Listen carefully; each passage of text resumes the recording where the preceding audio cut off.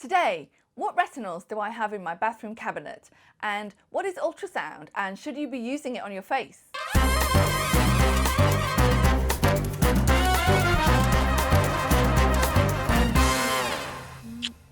Hello TLCers, my name's Dr. Sarah Tonks. Welcome to my new episode. I'm a cosmetic physician and I'm here to talk to you today about looking real good. But first, let's head over to my initial segment, I'm not getting paid to say this. When I woke up this morning, I'd totally forgotten that I was supposed to be filming today. So I was like, I need to show them some products. What am I going to show? So I just went straight into the bathroom cabinet and had a quick look to see what vitamin A, what retinols I had in there. And here we are. This is what I had in there. So this is a sneak peek inside my own beauty routine. I've got three things here. Two of them are retinols and one is a tretinoin. So they're all vitamin A's, but they work in slightly different ways. So if you've never used a vitamin A before on your skin, you probably don't really know what you're missing. It's pretty good. So vitamin A is good for fine lines and wrinkles, skin texture, helps also with acne as well. And I'm not here today to go into like a massive diatribe about how vitamin A works, but when you first start using it, you can notice some problems like peeling of the skin, flaking, it can be a little bit sore. That's all totally fine. You're supposed to have that, it's normal.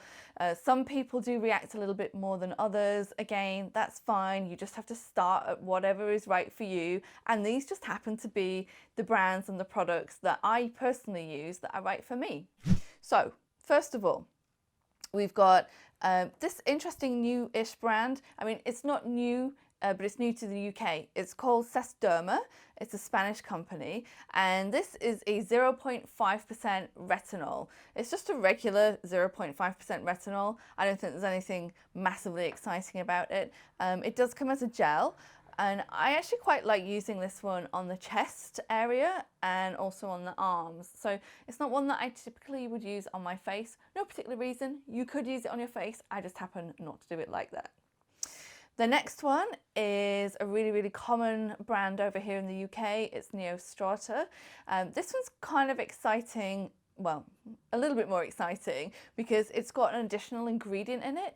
It has the 0.5% retinol, but also this patented formulation called neoglucosamine, which is a precursor of hyaluronic acid and also helps stimulate hyaluronic acid formation. So that's a good thing. I tend to use this one mainly on the face, but not all the time. It's just one of those things that I have in my routine. Sometimes I like to use this alternating it with the resveratrol from SkinCeuticals. I don't know if you know that brand or that product, but the resveratrol is it's like a nighttime antioxidant. And I don't like to use a retinol every single day. I don't know, it's just my preference. I don't feel like I need to use one every single day because I did the whole tretinoin thing beforehand, and I'm not sure really that there's much benefit in that for me. But nevertheless, I do still use them.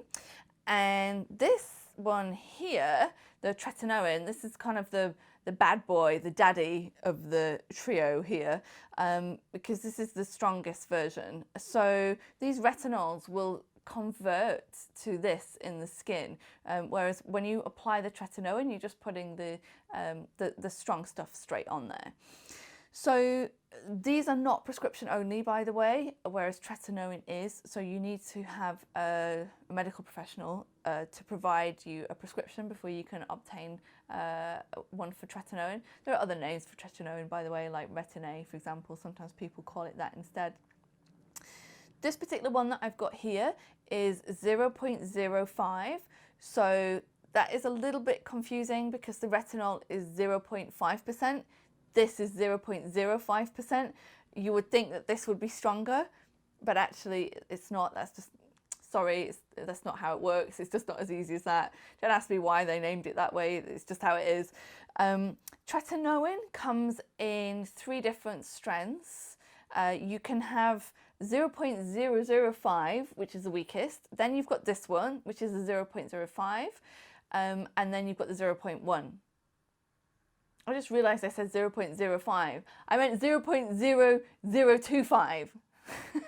There's too many zeros in there for me. Getting myself all confused here. And this one, it's a really heavy hitter. So normally when I use this, I'm definitely going to see some peeling, definitely going to see some flaking afterwards. But when all that's settled down, lovely baby soft skin. Okay, so let's talk about ultrasound now. What is it and how do we use it in aesthetics to make you look good? Well, everybody always thinks of ultrasound as being something that we use maybe to look at a baby during pregnancy, or sometimes to have a look at kidney stones maybe. So basically just a way of looking through the body to see what's inside. Well, you can also use it in non-surgical aesthetic treatments to give you skin tightening and lifting, which is really cool. So it's used in a different way. And instead of like putting the jelly on the skin and then using it like an imaging system, the energy is focused into a really, really tight beam, like a triangle. When it goes through the skin, it's like a triangle like this, and it focuses the energy right at the base here. So that bit there gets hot. And what does that do? Well, you can use it to target the skin and the tissues at different levels.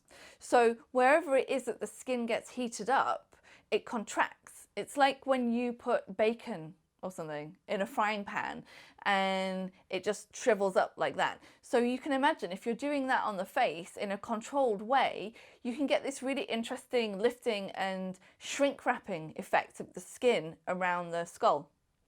There are loads of different types of machines out there right now which are all doing ultrasound.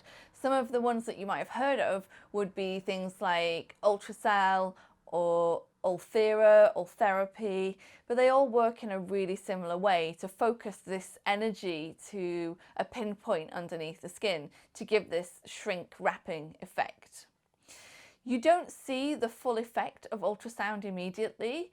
You get about 30 to 50% roughly of what you're going to see after about 3 to 6 months. So the results after you've had it done, they just keep getting better and better afterwards. And it's a technology that I really like to use in combination with other treatments. So like maybe with some dermal fillers or maybe with some Botox, it can work really well because you can't get that lifting and tightening effect just by using injectables. Some of the machines are a bit more painful than others. So if you're going to have Ulthera, for example, your doctor might give you some painkillers to take beforehand. Some people even use a nerve block when they're doing the procedure because it can be kind of sore. The machine that I prefer to use is called Ultrasound, which is a little bit different. So it's got a different space between the pinpoints, so it's much easier to tolerate. People typically don't need to have any pain relief when they're going to have this treatment with me, which is good.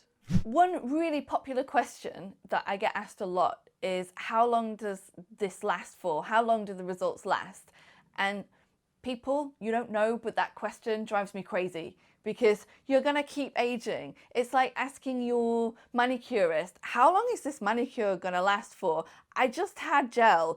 Is it going to last a long time? It really depends on you and how quickly your nails grow, right? So it's the same thing on the face. It just depends on you. Typically, I would say maybe anywhere between 1 to 3 years, very, very roughly. I personally am having ultrasound done every year at the moment because I think that's what I need to maintain good lift and good tightness. So the treatment that we're going to see today is the Ultrasound. And this is quite an interesting treatment. It's a Korean device and it combines using radio frequency with ultrasound. So you get this interesting double whammy. Radio frequency is used in the same way, kind of, as ultrasound is. You still get skin tightening with radio frequency and new collagen stimulation, but they target different layers of the skin. So the radio frequency is heating up the superficial layers of the skin, like in the dermis, for example, whereas the ultrasound is going much deeper into what's called the SMAS layer. And this is the layer of tissue that surgeons are lifting when you have a facelift. So by using this ultrasound, you're hitting both of those 2 points at the same time. The actual procedure of having ultrasound is kind of boring, as you're going to see now. There isn't really that much to show because it's all going on underneath the skin. It's not like when we have an injection into the face of dermal fillers and you can just see the skin lifting up straight away. So I am sorry if this is a little bit dull. What we can see here is just the heating up of the skin. We're using the radio frequency portion of the machine right now. So we're heating up that skin because that's what's going to stimulate the new collagen production. We're going to go underneath the chin and all the way up the cheek. We can use it around the eye as well. You can't really feel that much while we're doing the radio frequency. It feels a little bit like a hot stone massage, I think. This radio frequency portion probably takes about 10 minutes to do from start to finish. You can just do radio frequency on its own, and there are loads of machines out there which do radio frequency on the face, such as Thermage or Exilis, for example. So now we're going to do the ultrasound portion, and this feels quite a bit different. It's kind of like you're getting zipped up from the inside. It's an unusual feeling. I personally wouldn't say that it was painful. Some people do describe it as that. I guess I have a moderate pain threshold. It really feels like, I don't know, like a pins and needles sort of feeling. It's really odd, especially along your jawline right here. There can be certain areas where if you just catch them a little bit funny, it gives you kind of a nervy pain, but it's all completely normal. This section probably takes about maybe 20 minutes to do, so it takes a little bit longer than just radio frequency on its own. People do have just ultrasound alone without radio frequency, and that's totally fine. So if somebody's going out that evening and they just want to have like a really quick fix now, without having any downtime, you know, they don't want to have any injections done at all, but they want something like right now, then we can just do the ultrasound, maybe in the lower portion of the face, just to give a very, very quick lift. There are different heads that we use for the ultrasound, which penetrate the skin to different depths. So we switch between the different heads depending on the area and what it is that we're trying to treat. And I just want to give you an example right now of the immediate lifting effect that you can get using this treatment. So if we look here from underneath, you can see that on her anatomical right, that's the left of the screen, sorry to be confusing about it, you can see that there's a bit more lift on that side than there is on the other. And when we view her sitting upright, you can see again that her anatomical right, that's the left of the screen, it also looks more lifted in comparison with the other side.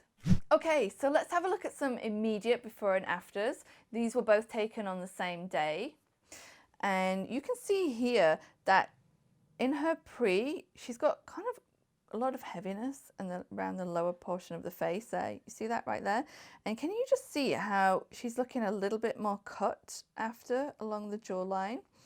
And if you look at the projection on the front part of the cheek here, you can also see that that is a little bit lifted as well in the after. Now remember, these results are going to keep improving over the next 3 to 6 months. And this is something that you really can't get when you're just using injectables, because nothing else that you do is going to give you that tissue lift and tissue tightening in the same way that using an energy-based device like ultrasound or radio frequency is going to. Okay, so let's have a look at some other pictures from the ultrasound. You can see here she's smiling and there's a little bit more lift in the cheek there. And this result is going to keep getting better over the next 3 to 6 months. It's pretty cool for something that you don't have to inject anybody with. You're not going to have any potential downtime when you do a treatment like this. Okay, TLCers, that's all we've got time for this week. But before I go, I'd like to show you this week's Guess What We Did. So this is where I show you some before and afters from a patient that we've done some work with, and you can guess in the comments below exactly what it is that we have done. And next week, I'm going to reveal all to you. In the meantime, don't forget to like, comment and subscribe, and I will see you next week.